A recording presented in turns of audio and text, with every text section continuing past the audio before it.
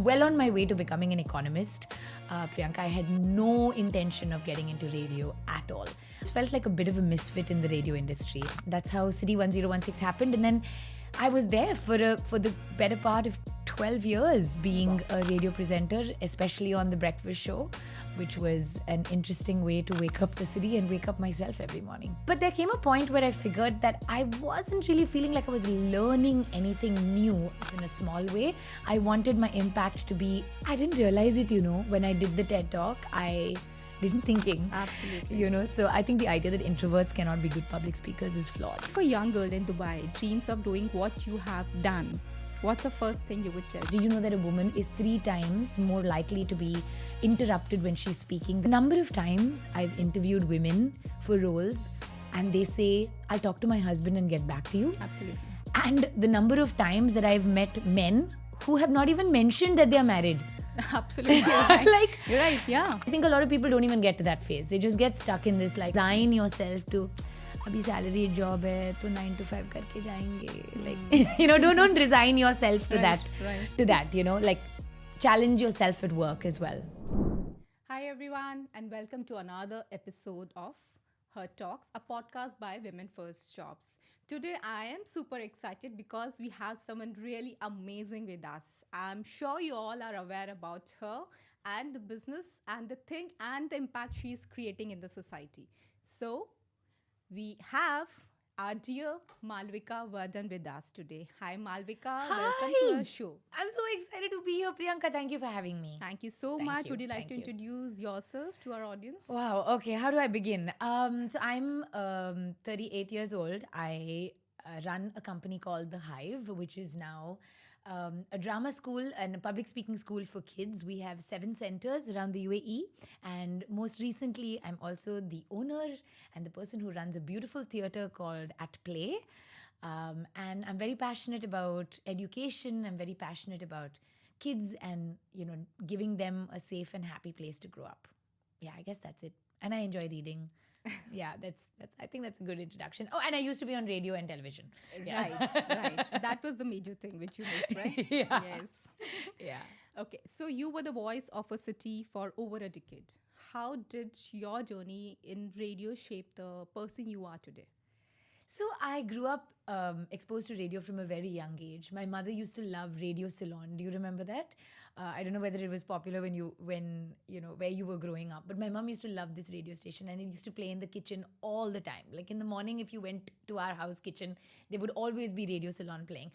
And then Radio Ceylon progressed into something called World Space Radio. So I was always surrounded by the voice of radio presenters. And then there came a point in college when radio licensing opened up in India. And I was still like in second year degree and I was well on my way to becoming an economist. Priyanka, I had no intention of getting into radio at all. I loved theater and I loved being on stage. And they opened up this radio licensing. And we were a family where we were all taught to work really young. We all had jobs during university and college years. So I was like, okay, chalo, I'll give it a shot. And I gave it a shot and I got into radio. And then 2 years later, I moved to Dubai for a radio job. And yeah, that's how City 1016 happened. And then I was there for the better part of 12 years being a radio presenter, especially on the breakfast show, which was an interesting way to wake up the city and wake up myself every morning. Okay. But when did you realize that this was the moment that let me leave the mic behind and start something of my own? It was a slow and gradual thing. I think, I keep telling my friends and that I always felt like a bit of a misfit in the radio industry. I'm not someone who grew up on Bollywood or Bollywood music at all. In fact, funnily, when I first joined City 1016, I wouldn't be able to tell you the difference between Vinod Khanna and Dharmendra. I did not know how they looked. I grew up in a typically Tamilian Bangalore household. So I just somehow managed to fool enough people into believing that I could be a presenter for long enough. But I think there came a point in like 2017, 2018 where I started to think, okay, but there's got to be a little bit more to this. And radio was wonderful. It gave me a stable income. You know how interesting, how great that is when you're an entrepreneur. It gave me fame. It gave me recognition. It gave me a wonderful group of friends who I'd hang out with every day. And honestly, can you even call it a job? You wake up in the morning, you go there, you chill, you make jokes, and then 4 hours later you call it a show. That's it. That's what you get paid to do. What? But there came a point where I figured that I wasn't really feeling like I was learning anything new, and the new things that were there to be learned were mostly to do with social media and the new platforms that were emerging, and that didn't really feel like my jam. I felt like I wanted to do something that was more deep rather than wide. And while radio offered me many listeners and impacting many lives in a small way, I wanted my impact to be a deeper kind of impact on fewer lives, but something that meant more, if that makes sense.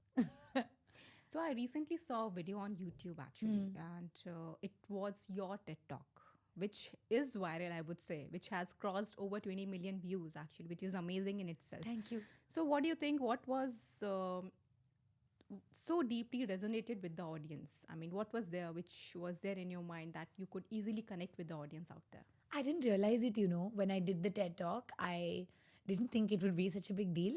And 3 months later, when it started to pick up some traction, I honestly thought it was YouTube like making a mistake. I thought this had to be some kind of error. But what I've come to realize is that building a connection with people and making conversation with anyone, anywhere, is a product of many things. It's a product of doing theater, right? It's a product of being in new rooms and playing new roles and being confident enough to go up to anyone and speak to them. It's a product of radio, because in radio, you talk to so many callers every day, and in 90 seconds, you establish a connection with them. And I realized that's a thing that a lot of people struggle with, and I didn't realize it actually. I didn't think it was so hard. And then when I did that TED Talk and when people started watching it, I was like, oh, so this isn't something that comes naturally to everyone. It is really hard for a lot of people. And so, yeah, I guess I was blessed to be able to talk about something that resonated. Okay. We all know that you run the courses for the kids as well Yeah. as for the adults. Yeah. So, what advice would you like to give to the women who are really terrified for the public speaking? I know it's not easy. I mean, like those butterflies in your stomach and those sweaty palms, but yeah. There's so much I want to say, Priyanka. I think number one is that you don't think about it as I am just not like that. I'm just not good at public speaking. It's okay. It's fine. It's a trainable skill. Nobody was born being a public speaker. And even the things we were born doing, like breathing, we train in it. We train in yoga to become better at breathing. Right. So it's perfectly okay for you to train that skill. It's a perfectly trainable skill, and it comes with practice. The second thing I think is that women get talked over a lot in meetings. Do you know that a woman is 3 times more likely to be interrupted when she's speaking than a man? Which means that any idea coming out of a woman's mouth has to work 3 times harder to be heard. And I think it's about also creating organizations where women can speak, and when they're not shushed and they're not, diminished, and they're not made smaller than they are. So I think that's the responsibility of workplaces in general. But for women, I feel like just, oh my God, go for it. Just pretend you're a mediocre guy and go for it, because they walk around with a lot of confidence. I'll tell you that. Yeah. And I see it as young as 14 and 15. In fact, just yesterday, we were doing this task as part of our public speaking training where the girls were doing these job interviews, right? And you notice how boys, even at that age, are able to just say it. Like, so what if you've not done it? Just, cook it up on the fly. Like, say something.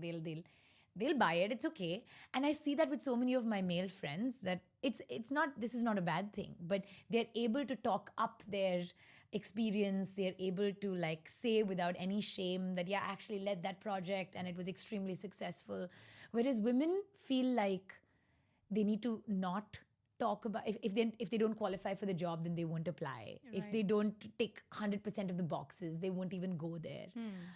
They won't talk about their business idea without first diminishing themselves. Like, one of the things I hear so often from women who have ideas for businesses, like, I mean, I don't think it'll be a success. Matlab, it's not a full idea yet. Like, it's not there yet. But I was just going to say, it's like, why are you kicking yourself before you've even begun? Like, you made that idea 20% of what it was before you even started. Just give it a go. Say it like a guy would. Just say it like a guy would, you know? Yeah, so I think it's that. I think being able to just go out there and start applying for things even though you're not qualified, and then take feedback, and really work on that feedback. Because I think one thing that women do is that we work 10 times harder. We work so hard because we're so scared that someone somewhere is going to turn around and say, well, did you really deserve it? So we'll work 10 times harder than everybody else, to deserve it. So yeah, take the feedback and then turn it around. No, I think it's a wonderful advice. And I have seen, even I think at one point I was one of the person who always struggling with the thoughts like whether is it right to do it or whether I should go ahead with this thing. Yeah. And then at some point I realized that no, let's go ahead, no matter what. But I think this is a wonderful advice for the females. Like, first work on themselves, change your mindset that Yeah. you can do it. Absolutely, absolutely. And I'm sure you see this at Women First Jobs as well, right? The number of times I've interviewed women for roles and they say, I'll talk to my husband and get back to you. Absolutely. And the number of times that I've met men who have not even mentioned that they're married. Absolutely. You're right. Like, You're right. Yeah. it's the same couple, but why this need to Right. get, the moment somebody says that, like, I'm always a little taken aback. I'm like, I recently interviewed someone who said that I need to speak to my mother-in-law and get back to you on this opportunity. And I'm just thinking to myself, Yeah. Or to my I family. hate or that to- I yeah. hate that the world exists like this, right? This is so sad. Yeah. Nice. Okay. So, what is the one myth which about the public speaking which you would like to bust forever? That you are born a good public speaker, that introverts are not good public speakers. I think that's so untrue. In fact, I think the more introverted you are, I think the more content you bring to the table. I think extroverts have this ability that, like, they're talking all the time. Right. So you don't actually listen to them when they talk. You kind of like, yeah, so this person's always talking.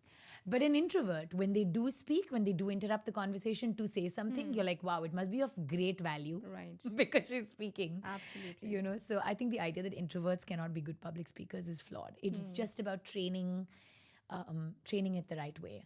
Yeah. But I think along with the introvert speaking, it's also about the content. Absolutely. What they are talking. Yeah. They should actually speak volume.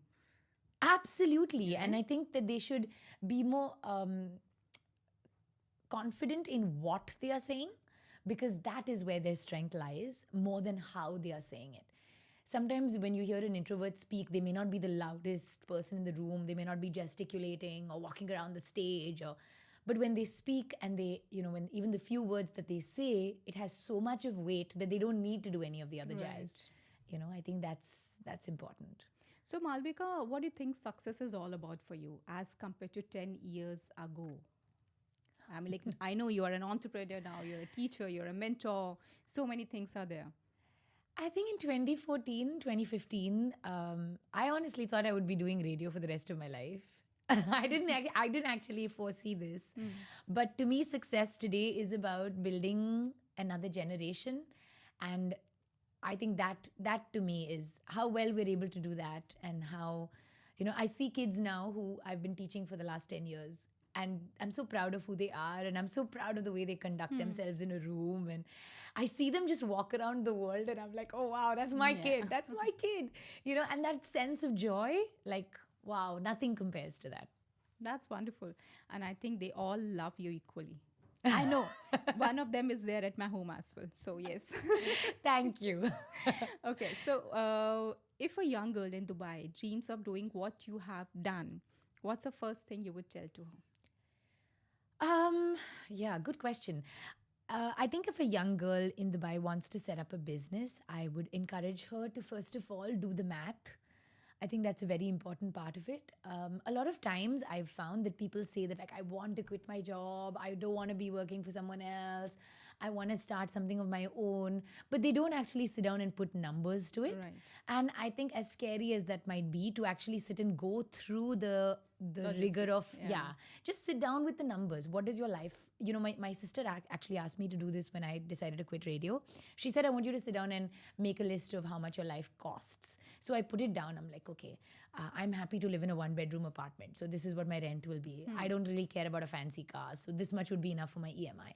This is what I'm not going to ever compromise on my food. I'm never going to, I don't want to compromise on, say, this luxury that I owe myself, or I want to always have enough money in the bank to buy an air ticket to go see my parents. I put those numbers together, and then I realized, actually, it's perfectly possible for me to do this. Yes, it's a risk. Yeah. And once I've done the math, it's like I'm starting to see what amount of sacrifices I would have to make, or what adjustments I would have to make, but it's possible. But I think a lot of people don't even get to that phase. They just get stuck in this, like, I'm so unhappy, I don't like my job.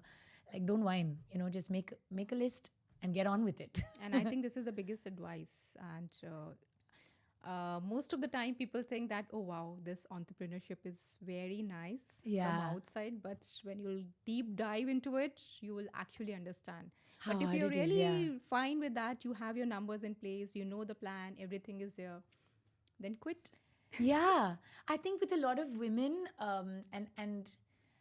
okay, I think with a lot of women, they're very scared of putting other people at risk, right? Like, for me, one of my biggest things about taking up the business and moving ship was that I don't want my parents to feel like, oh, now I have to, like, because I would send money home for them every month, and I didn't want that to be affected by my job. So in my head, it was like, okay, as long as I'm able to continue to support them, and this is the minimum amount that they need to be supported, because they are also not some Rolls Royce driving Right. people, right? Right. So this is the bare minimum that I need to be able to make that work. As long as that is covered, then the risk is mine. Then whether I have to eat at a Michelin star restaurant or just eat idli vada for breakfast, it doesn't matter, right? So, like, I was like, okay, chalo, the risk is mine. As soon as the risk was mine, then I was ready to play the game. The moment I felt like I was, like, taking all these other people with me, then I started to feel like, oh, I don't know if I should or shouldn't. And yeah. No, I think this is the biggest advice. So Malvika, I have a couple of rapid fire questions for you. Sure. The answer should be quick, actually, Of whatever course. first comes to your mind. Okay. Which is the biggest motivation for you? I think my next generation, like my kids, my bees of the hive, they are my biggest motivation. Okay. And which is the best book you have read so far? Oh, that's a good one. I really like this author called Chimamanda Adichie, and I just read her new book called Dream Count, which is really good. Any travel destination coming? Oh, I went to Bali last winter, and it was so good. I went on a solo trip for like 10 days. It was amazing. Bhutan is completely underrated, and just completely changed the way that I saw governance. Yeah, Bali was full of waterfalls and climbing and beaches and forests, and that's the stuff I love. Like, so yeah, that was amazing. Sri Lanka was really nice. Yeah. Okay. RJ or the mentorship? Oh, 100% Hive. By a mile. By a mile. Nobody cares what lipstick I wear. Nobody cares whether my hair is in a bun or I'm wearing pajamas. The kids just... Love and you also, the way you are. and not just love me, they don't treat me like I'm anything special, which is so nice. They just totally treat me like I'm just another person. Like, they don't have any preconceived notions when they walk into the classroom and they mess about with me, and we're just all on the same plane, and that's so nice. That's so nice. Wonderful. Any big plans coming in the picture? We have a massive theatre festival happening right now. So we've got 600 actors going up on stage over 6 weekends. So that's a massive project. This winter is going to be big as well. We've got 50 plays going up this winter as part of the festival. And the theatre is my big project, actually. That's what the year is all about. It's about bringing the theatre. I think, Priyanka, my big struggle, a problem that I've not solved yet, is being able to like monetize the arts in a way that it's feasible for us to create culture. Like, I think Dubai is a city that's really good at flying in big gigs, right? you have the biggest shows from around the world, whether it's Trevor Noah or Chicago, like from all around the world, you've got these people coming in and doing big shows. But when it comes to grassroots culture, that is encouraging people in the city to become culture makers, like to make drama, to make art, to make music, it's so difficult. Because renting a theatre can cost you upward of 8,000, 9,000 dirhams. Right. And if you're just a salaried professional, which is what most people are in the city, how do you go about doing it? How do you make this a situation where you don't have to be some kid of a rich family Right. to be able to afford it, right? So I think I'm yet to crack the solution to that. And I hope that with the theatre, I'm able to create a space where artists feel at home and they feel like they have the ability to, take a project on stage without it being disablingly expensive. So yeah. All the best to you. Thank with you. that. I know what you're doing is really amazing. Thank you so much. And would you like to share any message to the females, those who are watching this episode? Any learning, any insight, anything from your end? To the women who are watching, I would say just go for it. Like, don't hold yourself back. I think that's number one. Number two, I would say beware of joint bank accounts. Always know where your money is and be financially aware and financially stable and independent, because that's what allows you to leave an unsafe place, whether that's an unsafe marriage or an unsafe job or an unsafe relationship. So I think that is really important for women out there. And I think don't be afraid to be a leader in your own job as well. Sometimes being an entrepreneur doesn't require you to go out and set up your own company. Right. It's possible for you to have the life of an entrepreneur and to be taking up the challenges of an entrepreneur within your role as well. So I think look out for that in your workplace. Don't resign yourself to abhi salaried job hai to 9 to 5 karke jayenge. Like don't resign yourself to that. Like challenge yourself at work as well. Thank you so much. Thank you so much, Malavika, for coming. It was really a very positive and energetic Thank you. discussion with you. Thank you so much for your The time. pleasure is all mine. Thank you.